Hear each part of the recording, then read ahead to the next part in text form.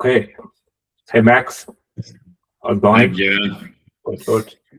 Let's start with a brief introduction for you and for me a little bit, what you're doing, what you have been doing in your athletic career and in your after athletic career, and I will do the same, and then we just can start right away with the with our technology. Yeah, definitely. So let me introduce myself first. So I am Max Staats, coming from Canoeing. I was competing in the K1, also for Germany in the junior age, but then I went away from doing it professionally, and now I'm doing it more or less 5-6 times a week only. And yeah, I studied physics and computer science, and I realized during my own professional career, but also during canoeing as a hobbyist, that when doing canoeing, we really just go on the water and we have no information about what we are doing while we are on the water. In my professional time, we usually had a coach as well, and this coach would, with his eyes, tell us once or twice during the session what's our stroke rate, and sometimes tell us something about our technique, but we had very little feedback. And yeah, that's why I'm already running a little bit too far, I believe, but that's why I started also developing sensors for canoeing, which I've been doing in the last past 5 years maybe. So that's has an origin in physics and computer science, but I can also use my background as a professional athlete or my experience that I gained there. So yeah, what about you, Bjoern? Yeah, I've been a professional athlete back in my time as well. I used to bike race, mountain bike and road. Along the line, I studied sports science in Germany and then later on in the States, was pursuing my master's degree in applied exercise physiology. And yeah, along the last 20-25 years, I have been coaching athletes, all abilities from age groupers to professional athletes in a variety of sports, really from cycling to Nordic skiing to rowing. So I've basically used my education and apply the coaching to each athlete's needs. And along this time, over a time span of 20 years, a lot of technology has evolved, how data is measured in sports, and everything is kind of started in postdoc course from the cycling background where power meters were invented. And so throughout these years, I always try to look at the data we can collect and then apply science to it and use it basically with one of my principles that we can coach with science, and research clearly helps with this, and experience from former athletes who also then develop new tools throughout their education as well helps with coaches to advance their profession. So yeah, so for you developed you call it the paddle pulse sensor, Janova Paddle Pulse Sensor. And just going back to me, I'm fairly new in the kayak canoe sport. My kids started paddling, and this basically got me kickstarted a little bit within the sport, and started right away to research what technology is available to measure performance while paddlers on the water. And I basically really quickly identified that a lot of the coaching methodology is based on some old school principles, how coaches would work. They would just be on the water and give the feedback this way and wouldn't collect too much data besides stroke work and stroke rate and heart rate and speed to a certain extent. And some sensors were out there, and I found your sensor you developed, and then reached out to you and we connected, and which got me to get a sensor from you and then basically play around with it. So before we go into the details of the analytics, maybe you explain what your sensor exactly measures, how it does all the stuff, what it's doing, and how you came up with the idea. Yeah, certainly. So let's maybe start with how I came up with the idea, because then we already understand the problem in canoeing a little bit further. So as you said, like, there's not a lot of data collected, and yeah, we oftentimes base our training on stroke rates to identify intensities, or at least that's what I was used to in my time as an athlete. And so I started with the basic idea of just seeing my stroke rate all the time, because it's not that difficult to identify strokes. So in a sense, I deployed a small sensor on the back of my boat and measured the acceleration of my boat. And this is just a clear pattern of strokes and a gliding phase where the boat deaccelerates. So all I wanted to see is how does my stroke rate change during training, during competitions. And this was my first project for programming. And yeah, that turned out very well. And I went on and saw my stroke rate all the time during training, which was nice.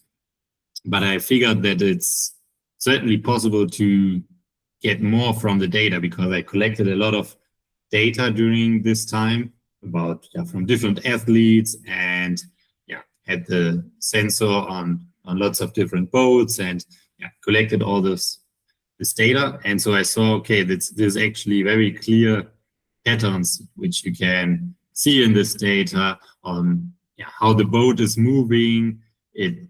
So I thought, okay, isn't it interesting that people say you should be stable in the hips, but what does that even mean to be stable? So I thought, okay, let's just continue with my work and also add features like seeing how stable is the boat, how does it move. And from that, I went on and saw, okay, the data has even more potential. And by looking at how strongly the boat accelerates and how in the gliding phase it deaccelerates, we can actually calculate forces which are acting if we know the weight of the boat and the weight of the athlete. So especially in K1, where there's not a lot of different movements, you can very precisely compute, okay, when the athlete is pulling very strongly, the boat accelerates, and we know the forces hence, because the force is just the acceleration times the mass. And so from that, with a little bit of extra computation, which I'm not gonna spoil everything or try to present it vocally, we can compute the power. And originally I was computing it just because I can, because I actually do not come from a sports science background. I also haven't done cycling, but turns out that on the road I then met a lot of people who suddenly were quite interested in the power aspects, and I learned that you can do a lot of training, steering, a lot of predictions, how training is going, and so on with power. And that's how I came up with, okay, this is a very nice extra feature. And so because so many people were interested in this, which at the time wasn't even a product, but just a tool made for myself, I decided, okay, maybe this is something I could do full-time. And so now I'm a full-time sensor developer. So after doing a PhD in physics, what do you typically do? Well, just building sensors for canoeing now full-time, which is pretty nice for me, at least as a former K1 paddler. Yeah, that's great. That's great. I mean, I've been using the sensor now for I nearly have it a year now. Actually, it's getting close to it, and have been using it with some of the junior and U23 athletes, also with younger athletes a bit. And for me, when I looked at the sensor, it clearly came from my cycling background, because we had power meters on bikes for probably in 2026 for over 30 years now, and the first cycling power meters were developed. And so up to now, I really quickly found out that paddlers really relied purely on feel and the stopwatch. And this was often just one of the things: the coach blows the whistle and start times and tells the athletes, okay, in 30 seconds you stop again, because it was 30 seconds interval. So So with your sensor, what interests me clearly, it clips on any boat within a second. If you have one in front of you, you can always hold it up to, then I don't have to screenshot the website anyway. So it clips on the boat and it measures the power, the stroke rate, the boat roll, the pitch, the draw, and there's a sensor here. It's fairly small. It just vacuums on it. For any athlete who has it on the boat, including even team boats, because you can measure team boat performance as well. And for me, it came to the point, okay, now I'm getting second by second recording to a Garmin watch. You don't even need to have your phone on the boat. You can just record it to your Garmin watch because you integrated the Garmin IQ connection, app connection right away. And so it uploads to many compatible Garmin watches. And so you have all these 1,000 data points. For me, it became to the point, what do I do with them? And how do I bridge the gap now from collecting the data as an athlete? How can an athlete visualize the data, and how can a coach use the data as well and analyze the data? Because a lot of the coaches will initially have no idea what the data actually means and how it affects the performance of the athlete and the boat in the water, because as you said, certain movement of the boat might not benefit the speed of the boat in the water.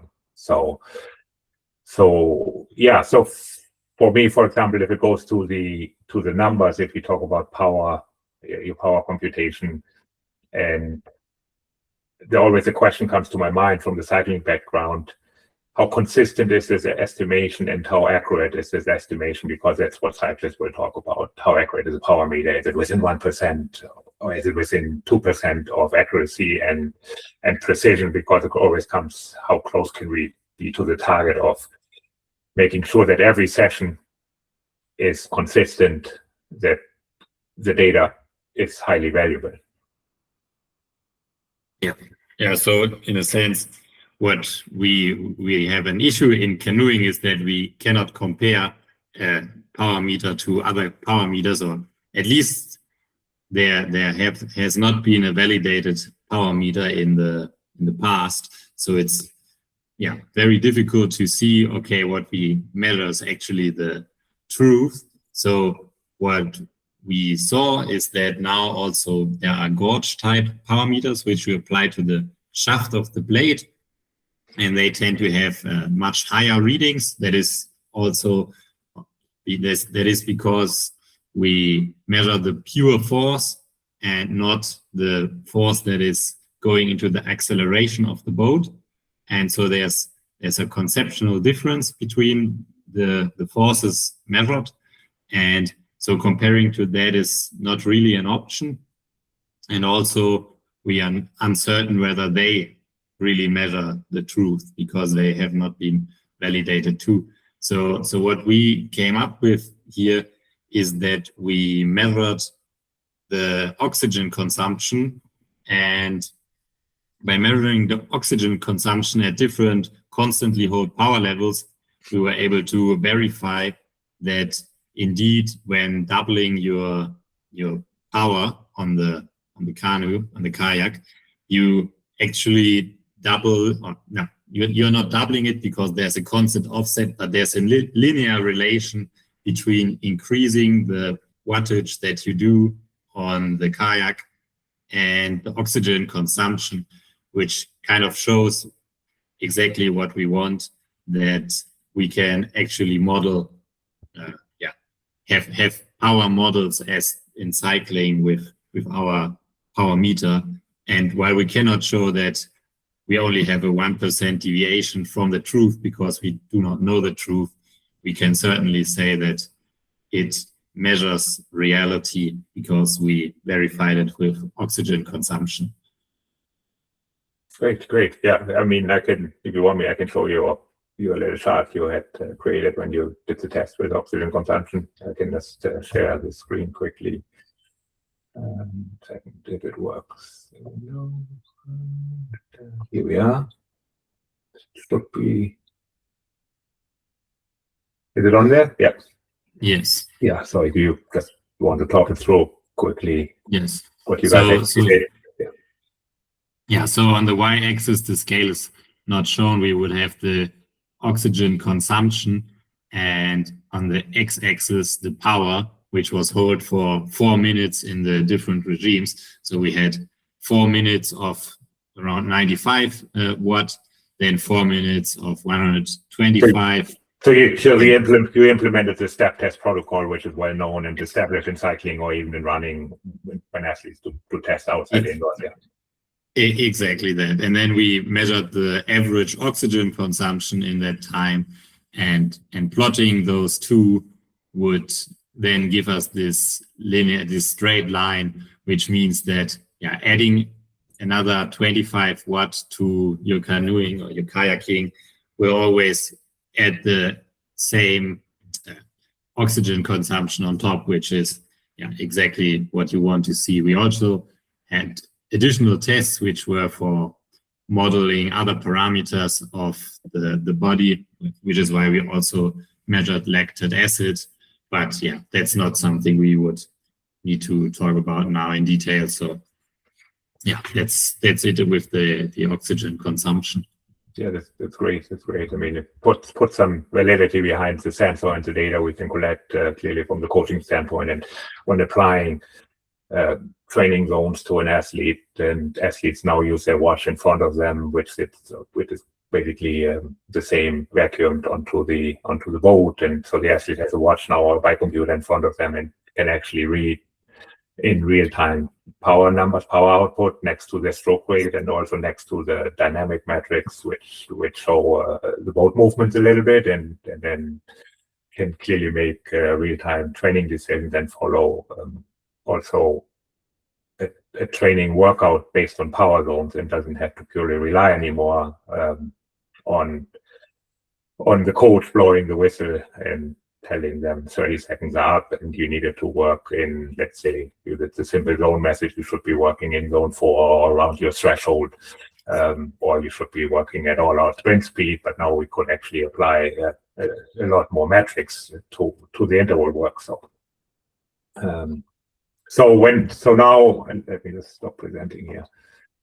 So when it comes to a little bit, let's talk about the different conditions which affects the readings, because it's probably where sometimes the coaches or the paddlers who like this data a little bit more, where they will start up might think, okay, how does wind affect the data or currents, even because paddlers don't always paddle on a quiet lake which has glass top waters with no movement, with no waves. So sometimes they even go in rivers and paddle on rivers to do their training. So how would you explain how these conditions will affect the metrics? Yeah, I think that's a very important question. I mean, in principle, this is the precise advantage of training with power, that we want to train condition independent, and especially in canoeing where you have wind and currents, definitely all over the place, and also waves. You tend to see that a training which is based on speed will oftentimes fail. You turn around and you can't hold the speed, and it was very easy going into the other direction. So as the sensor is based on acceleration data, current has no effect whatsoever. So for the more involved people, it's just a change of a reference system. So in physics, it would just be a constantly moving coordinate system, which means it has no effect at all at the acceleration values and readings. So we even tested the sensor in a canal where the boat was stationary in a counter current. So even there you could clearly measure the power. So there's no issue with the current. And the same is true for the wind, even though it's for different reasons. So let's say you have a strong headwind, then the force needed to accelerate is much greater when you put the blade in. And this isn't shown in the acceleration phase because you actually accelerate a little bit less against the headwind. But when it's shown that you have a headwind is when the boat deaccelerates, because you get the blade out of the water, and now the level of deacceleration is much harder than if you didn't have the headwind. And so by we always have to compare the acceleration phase to the deceleration phase, and the force acting is the difference between these two positions. And so it kind of, a headwind would lower the ground in a sense, so it increases the force necessary to get an acceleration going. So a headwind is also not an issue for the sensor.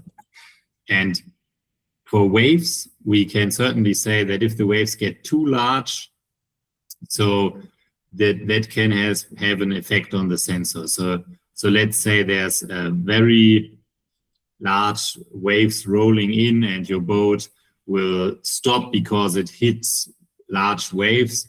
That will certainly have an effect on the sensor. I mean, we even had athletes from surf ski using it and it works, but it's not impossible that if you maybe have a large boat in front of you and you cross the waves that were created by this motorboat and your boat suddenly starts stopping, that this will have an effect on the reading. So when this needs to be considered, but a headwind or currents will have no effect on the reading. So I mean, then it always comes down also to the quality of the training session. If you would be dealing with a large amount of waves consistently going, I mean, a motorboat, let's say a coach's boat, which is on the water and produces some waves, that's expected. It doesn't last forever. Sometimes the boat turns around, but if an athlete, decides to paddle in a hurricane type winds and you have, 2-meter high wave, 30 centimeter or 50 centimeter high waves on a lake, then the quality of the training session might be not as high, because the efficiency and also paddle blade entry and blade exit might be also not at the point where you want to have it. So focusing and technique becomes impossible. It's in a sense, there is a point where the system might get issues, but I think it's at a point where the paddler already has other issues than focusing on what exactly he has to invest. Yeah, exactly. Perfect. So before I go in my analytics software, there's a few more things I have for question in my mind. So the sensor is charged by USB-C cable. I know what's the battery life, durability for a sensor like this. Is there concerns that it will fail? Something could happen to it, and then also how can it be applied to a crew or to a team boat, and how could the data for a team boat become valuable for it? Yeah, sure. So maybe we start with the battery life. Yeah. So that's very easy. It goes into sleep mode when it's not moving and not connected. So then it can rest anywhere forever. So after a year, you might pick it up and it still have a battery in the newest version. And when in use, you can use it for several months before charging it. So there's basically no real concern regarding the battery. If it falls in, it swims. So there's also a small hole where you can attach it with a rope to the boat.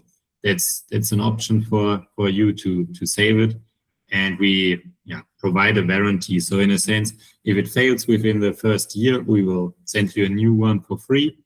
And the expected life of such a sensor is probably 3 to 5 years minimum. So that's what we expect from a device which is outside in the sun and heavily used by the athletes.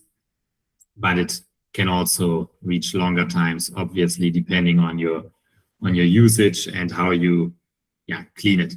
If no damage happens to the case, it might also live another 5 or 10 years. Great. Yeah. That's good. Yeah, then just about team boats. I mean, I have had I used it on a team boat, and goes through the Garmin Connected Q app. You will change clearly the weight of the boat. It's all dependent. You will have to enter the weight of the boat and the weight of the team or the individual paddler as well. So these are a few metrics always to keep in mind to update between sessions if you use different athletes. That's clearly one of the main things. If you use it in K1s and you have different athletes using it back to back, it always there's updates involved just to keep the accuracy of the data between athletes high. But yeah, how was the team boat and crew boat? Yeah, so the team boat is, it's pretty straightforward. You also just put it on the boat, and as you already said, you can would have to change that in the settings, that it's a team boat, that you have a different weight, which will be much higher, and then the combined force of the two athletes is computed, because the sensor will not be able to distinguish between the force of the second or the third person in a K4, because it's on the boat, so it measures the total acceleration of the boat, and that's how it then measures the combined forces of these 4 or 2 athletes. And that's how you use it on a team boat. Yeah, for me it was quite interesting, because we had it on the boat, and then we started to switch positions a little bit of the team in the K4, and then especially during the start phase, during the accelerations, then the different positions showed quite different power curve from the point of the acceleration, and which was quite unique, because then you actually can pinpoint which position for a specific team might be the best one to accelerate throughout the race, even from the starting phase, or through accelerate at one point mid-race when it comes down to circling again and fighting for the position as well, which one is the most efficient one from a team actually to identify. So it becomes a really good tactical tool there as well to figure out how the team can work the best together. Yeah, certainly that's an option. I mean, we have to be careful with just interpreting the raw power values, though, because if some person is heavier, it will also be necessary to have more power to accelerate the boat. But of course, if you have the same team members and then want to switch positions, then obviously it's a good idea. And also you can also check the stability of the boat. That's also then independent of other athletes. So if some person in the crew boat might complain about the boat stability, which is not too uncommon, I would say, then you might actually check whether the boat is really unstable, and might, when exchanging a person from the boat, have a real reference to point towards it when you say, okay, this boat didn't work, this boat worked, and it's more than you just claiming it because you saw it as a coach, but you can point or tell the person which was excluded from the boat because of instability, well, we measured it. It's not just my personal feeling, which is sometimes also an advantage, because people might feel unfairly treated or feel like it wasn't their fault that the boat was unstable. So in that sense, it's also a toolbox for a coach. Yeah, it's good. Yeah, for sure. You mentioned stability, so that basically goes to the other metrics, the sensor measures. So we have the boat roll, the pitch, the yaw angle now, distance per stroke as well, which clearly helps also with entry and exit clues. And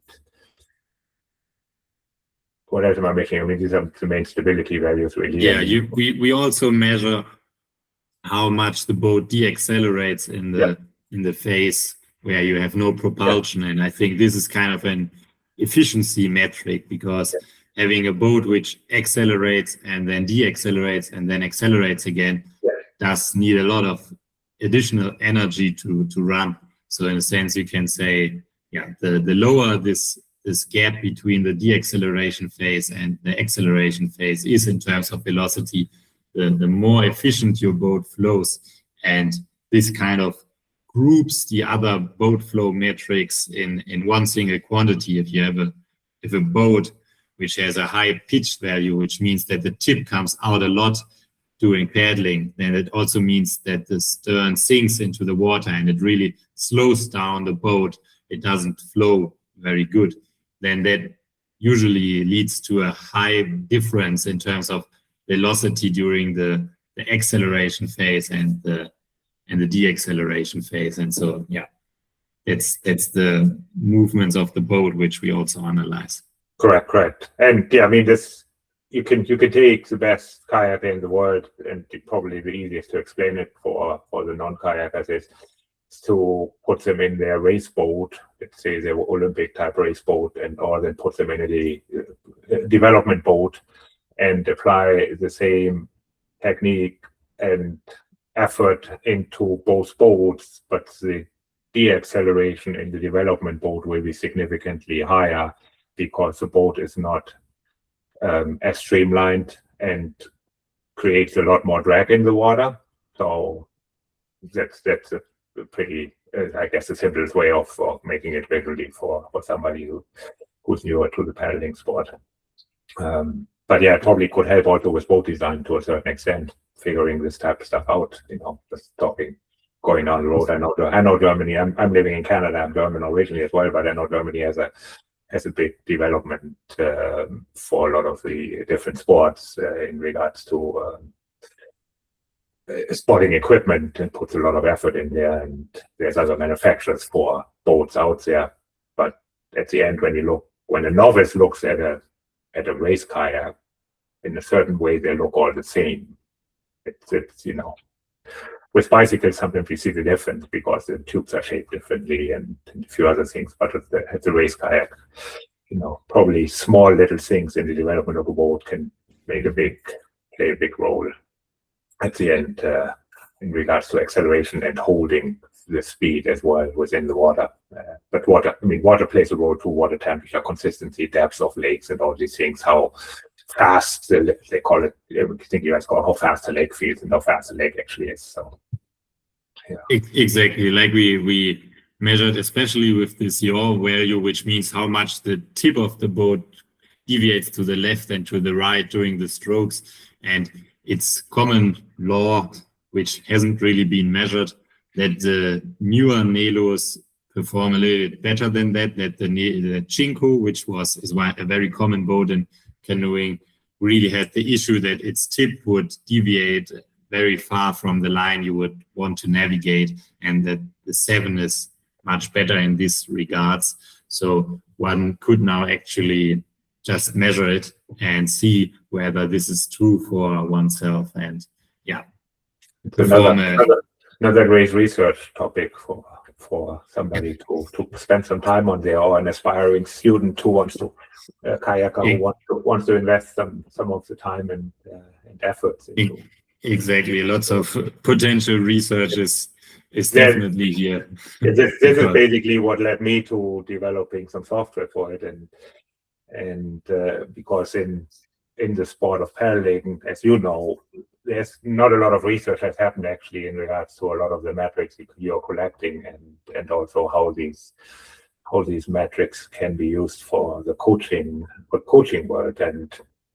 And for me, it basically became to the point to talk to a lot of coaches, talk to experts like you, and figure out, okay, what is out there, what type of models are used in regards to coaching technique for athletes, and basically then identify there's, let's say 5 to 10 different models, coaching models and technical models, which are used worldwide to coach kayak and canoeing techniques, and they're all based in different countries. There's an Hungarian model which focuses more on, let's call it the hip drive technique, and there's a German model out of Leipzig. There's a British model which is a lot more stroke rate dependent. We have an Australian model from the Australian Institute for Sport, New Zealand model, and so on. International Canoe Federation also has a model, and at the end they're all trying to achieve the same goal, but they all have a little bit different approaches, which, if you actually put them all together, it creates a great concept, because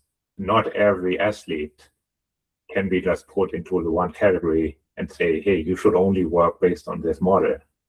Because every athlete has different flexibility, has a little bit different anatomy. They're built differently. Not everybody has, let's say the longer arms. Some athletes have the shorter arms. Some athletes have taller and shorter. So, and the way how they have developed the paddling from where they grew up, they might fall into different.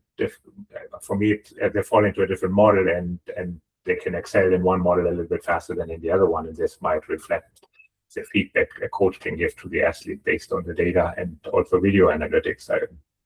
And yeah, maybe you can tell us, because I mean, you are now diving into the analytics, and I mean, you developed a software based on the data, and maybe you can tell us how this actually analyzes the technique of the athletes, and how this is done.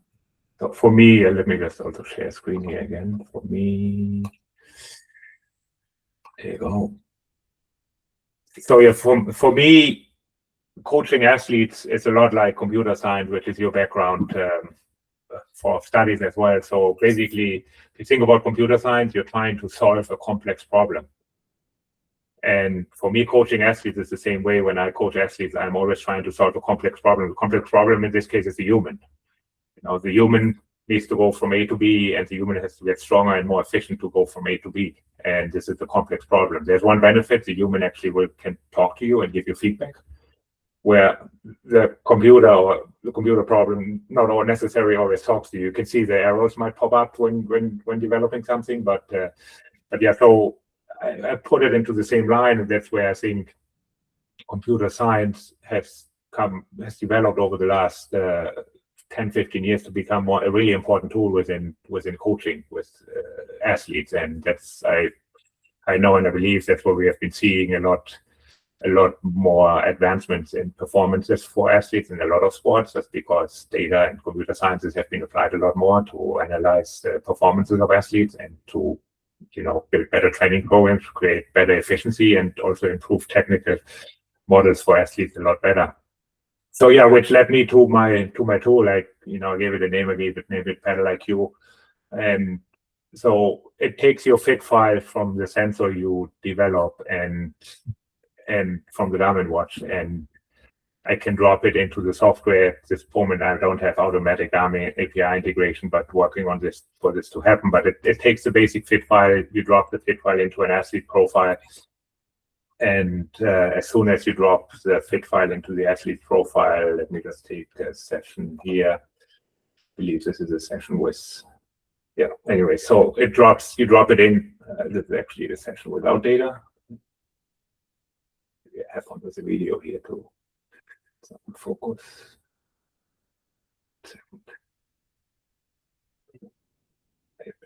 Let's just do a step, not one here. So this one. Oh, also no data. So I still have a lot of files in here right now, because I also collect some files without data. There we go. So it uploads the fit file into the software. It right away takes all the metrics which the fit file collects from distance, duration, average stroke rate, the average power, peak power, average speeds, and then also goes into the other metrics, boat roll, boat pitch. Boat yaw was not available at this point yet, because over the time you developed, call it version 2 or version 3. I don't even know for the sensor. I think it's version 2, I believe. Anyway, so it also pulls out which is one of the geeky things. I also pull the weather from the location of the time of the practice out a little bit, so it also gives a little idea for the coach how the weather was looking for the athlete on the day off. Puts the GPS max in, GPS location in where the workout happened, and then it automatically detects the intervals as well for the workout. So, and then creates our performance over time chart, where then you can add easy all the metrics into an overlay.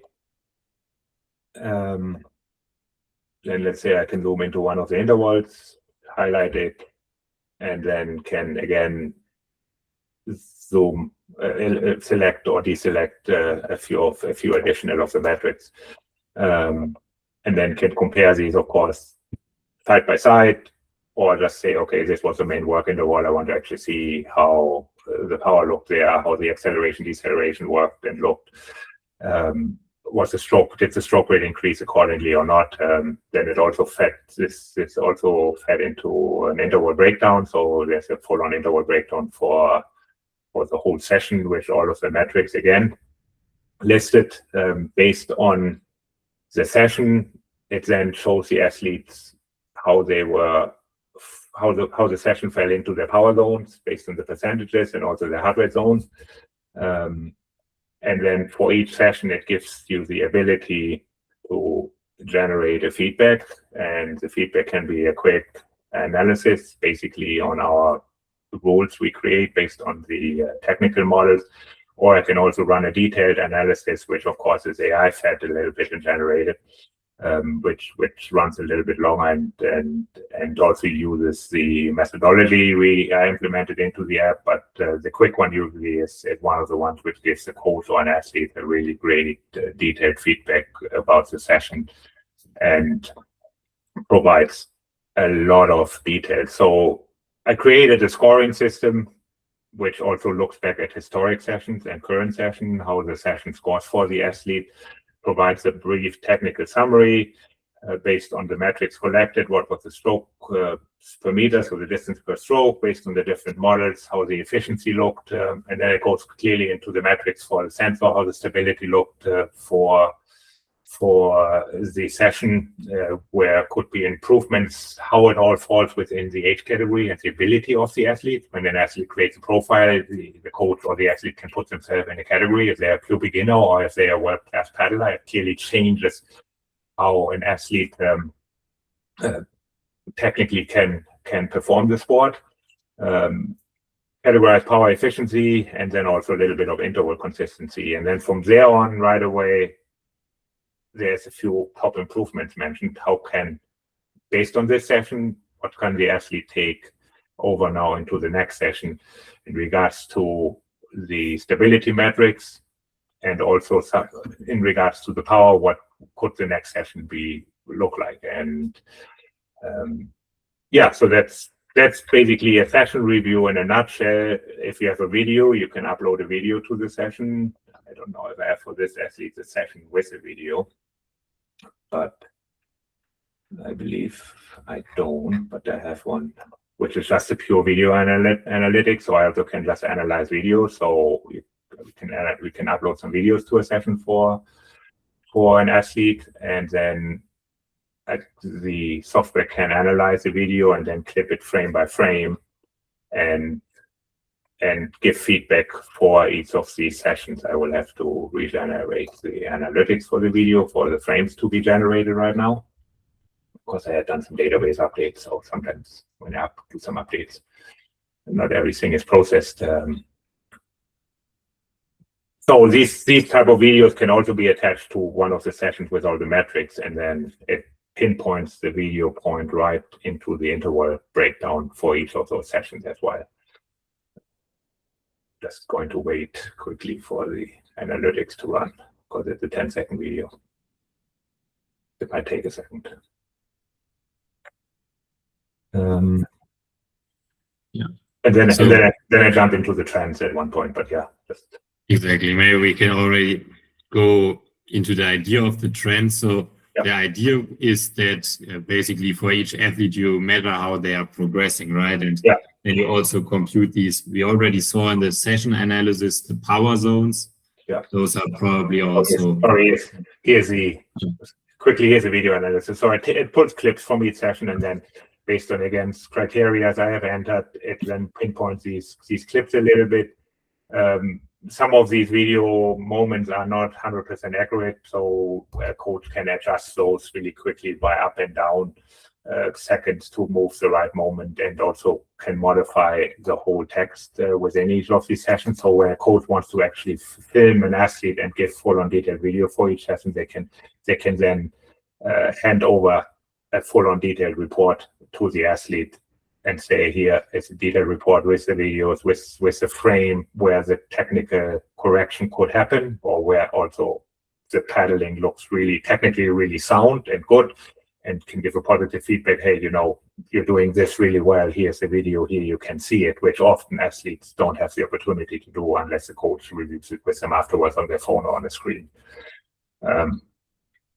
So yeah, if we go to the trends here, we have the trends. So reason behind trends is clearly a single session. Let's call it simple. A single session can lie, because we might have things like high waves, which might influence a little bit the data, what comes out of the data. But we want trends to see over weeks to see if the training the athlete is doing actually works and is steering into the right direction. And when we talk steering into the right direction, this means, okay, does the athlete cover more distance per stroke, while for each of these distance per stroke, the acceleration also goes up a little bit. So is the efficiency per stroke higher?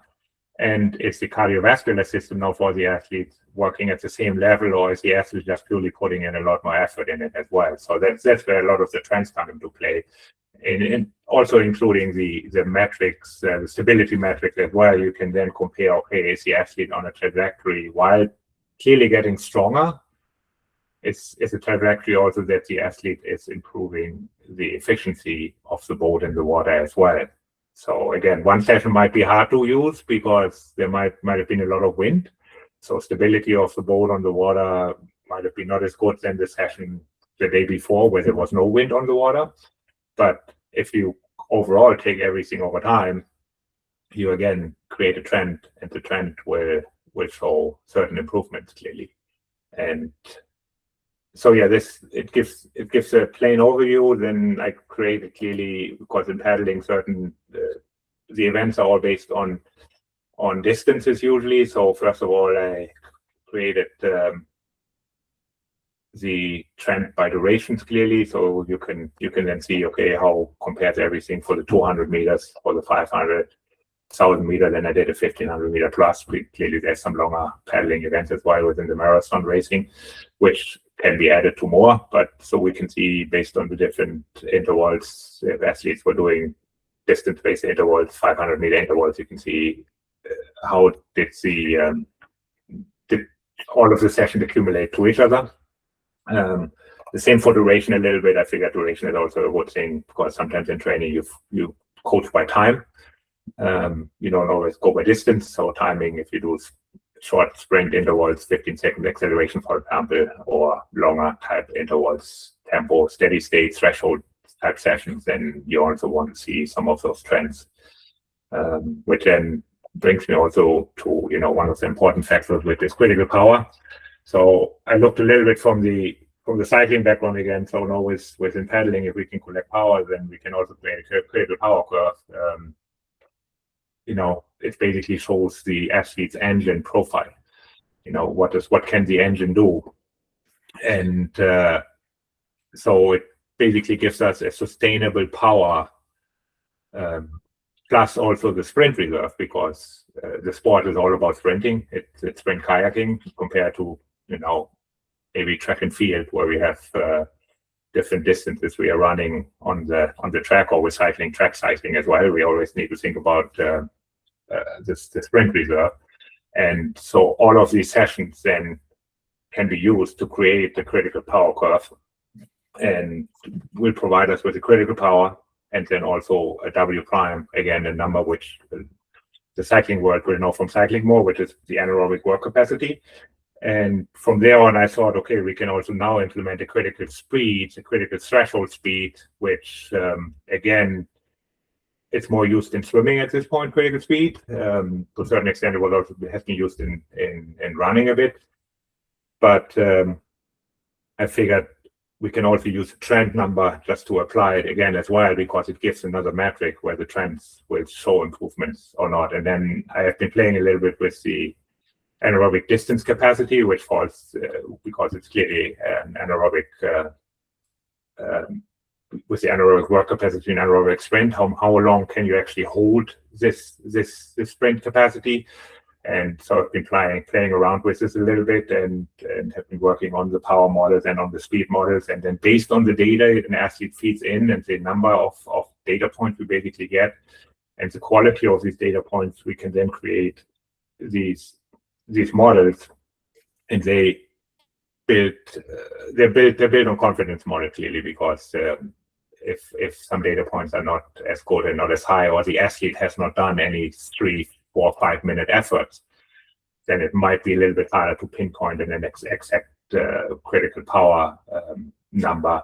So the confidence model might be a little bit lower, or the same with the speed model. If certain distances are not done at full intensity, the speed model might be not at a high confidence level. So it always depends how much effort also the athlete or the coach put in creating baselines for athletes. So it's always important to create baselines. So a good session to create a baseline would be, for example, to do all of the distances which are being raced on for kayaking, 200, 500, 1,000 meters, to do all of those within one session with recovery in between. But you're basically doing a 200, 500, and 1,000 at maximum effort with rest and recovery in between. And you can create a really good baseline in one session. And this can be used as a test as well, to be redone as a test, or we can also just implement it a standard 3-minute critical power test known from cycling. And you can repeat this test on specific days. Can also keep an eye on conditions when conditions are pretty similar, and then can identify also improvements and adjust, and the critical power will be clearly adjusted.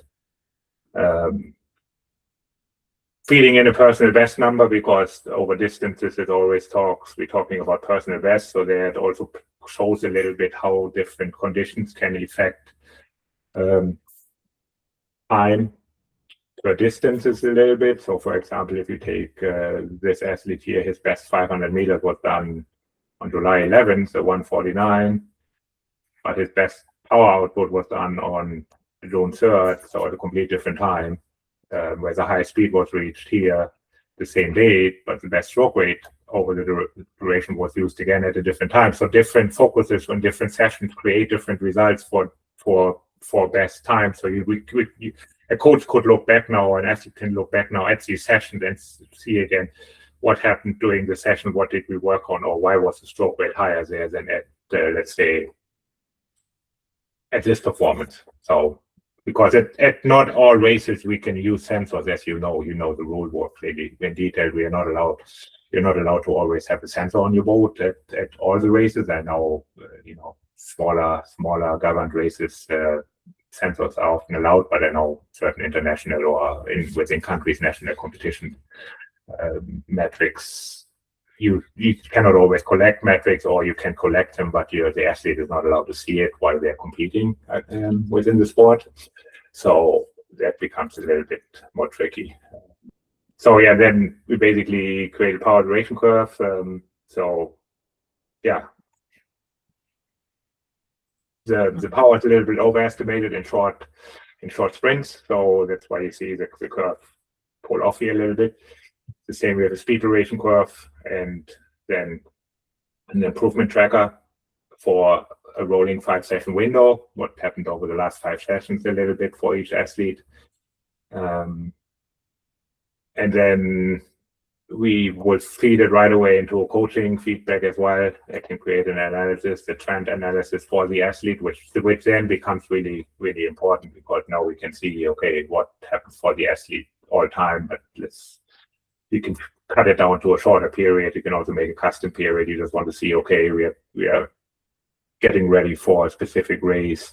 We've been training 4 weeks now. How do the trends compare for this 4-week block? I can compare to another 4-week block before. As the athlete has the training paid off? Are we working in the right direction, or do we need to fine tune a few more things? Again, we will get a focus area where we can work on, and it will provide priority for the next block. So in this case, if I just ran the analytics, it provides a center on work speed. So we need to convert power into speed with race repeats that hold clean technique. So shorter, high duration efforts, but focusing still on proper technical models, making sure entry exits, hip drives are at a high standard, that the boat doesn't move as much. And then once an athlete does a session, we have then the chance to analyze the session, and it feeds automatically into the trend.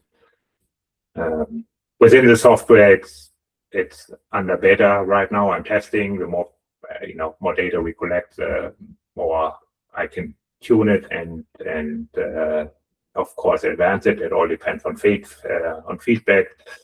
For anybody signing it up, they will just have to basically create an account. I will approve it through my admin dashboard, And you will need clearly the sensor to utilize the software properly. You can upload any fit file, but you don't get much analytics in regards to power clearly if you don't, and stability metrics if you don't use the paddle pulse sensor. There's a brief user guide how it works. It's implemented.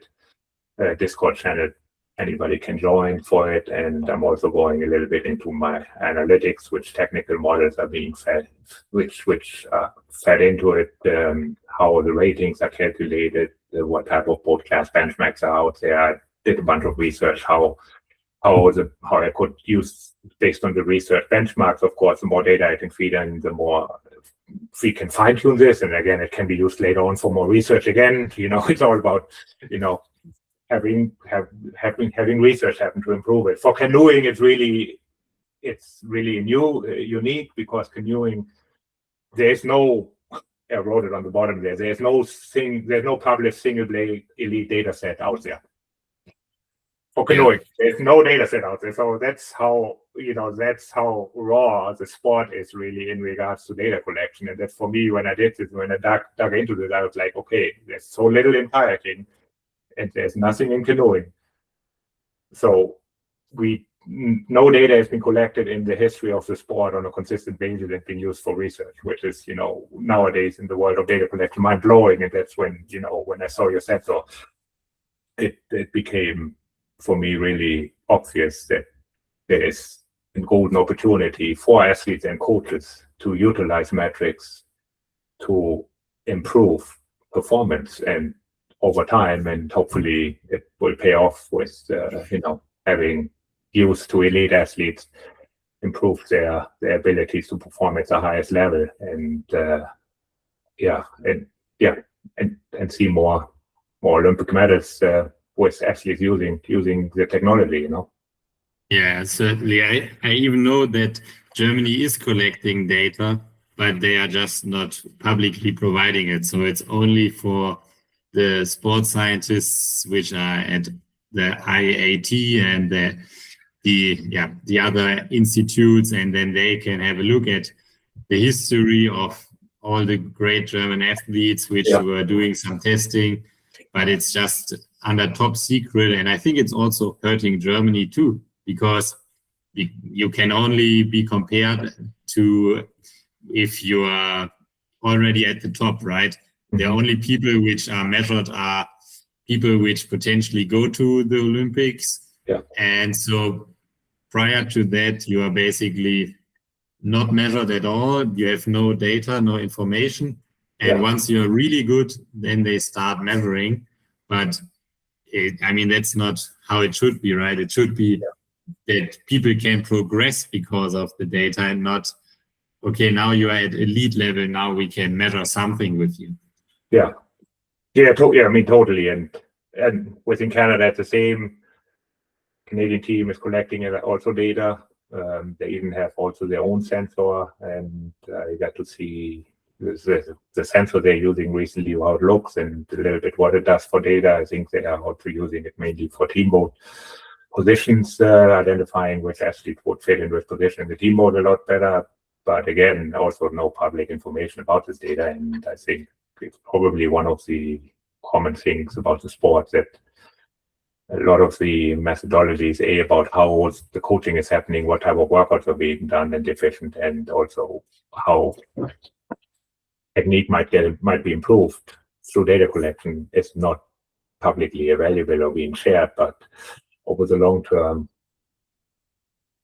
more information out there for everybody will improve everybody's performance. And if you just look at your own athletes for any nation, I think over the long term, as what you said, it will hurt you over the long term, because somebody else will advance and will do their research and also publicize it, and then you get surpassed by not just one nation, by many nations. And I think it's already happening. I know that the German C1 athletes and C2 and C4 used to be very successful in the past.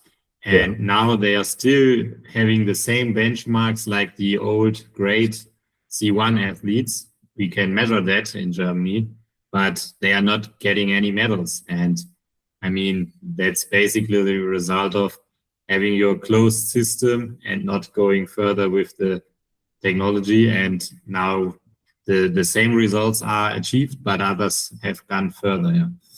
Right. Yeah, exactly. And maybe.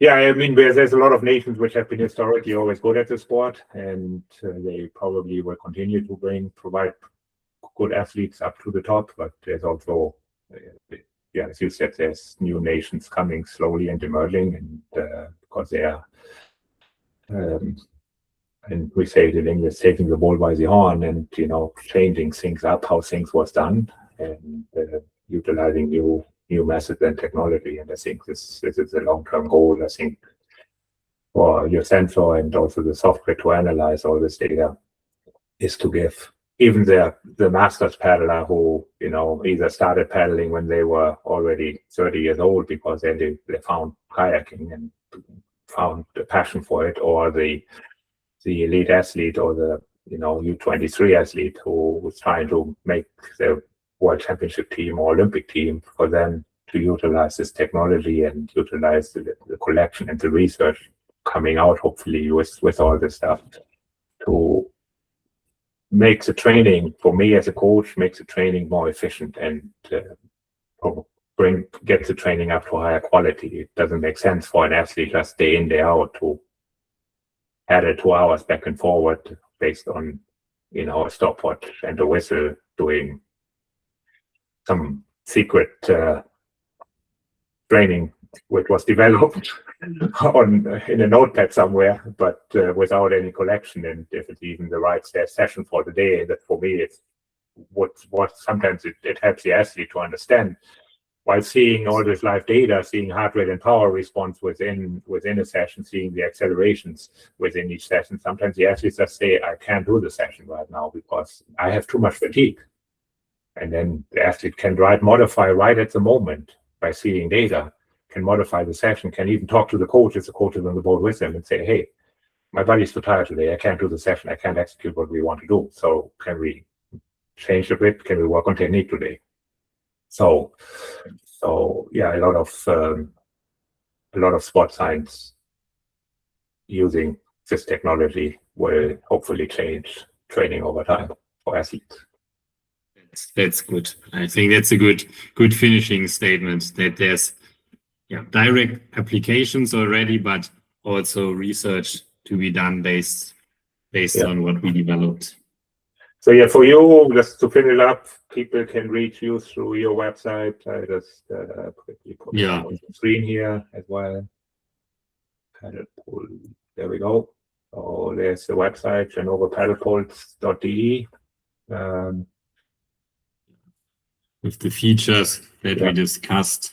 All information is on there. Some examples you provided. And teams, contact, reviews, a little blog you have on there as well about certain information. There's actually one of the examples where I was working with one athlete who qualified for Junior Worlds with data collected. And you talk a lot about what has been happening, how things can work out. We both checked a lot about stuff, what we can see. Yeah, and there's a contact on your page as well. How to get in contact with you. Yes. For me, all of my information is on Logout here. Logout. It's on paddleiq.app at this point. Anybody can sign up with an account. I will approve accounts on my backend.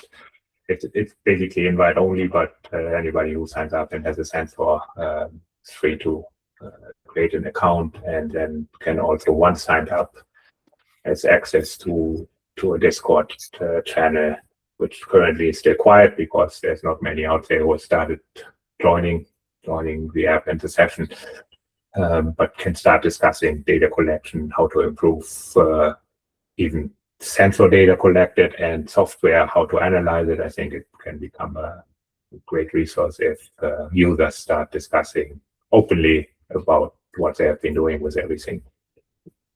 Yes. Yeah. Sounds very good. So, thanks, Max. Thanks, Björn, for the nice discussion. Good chatting. I believe we will hopefully provide more in this context over in the future. And with this, I think we say bye till the next time. Thank you everybody for listening and joining, and we'll stop the recording. Perfect.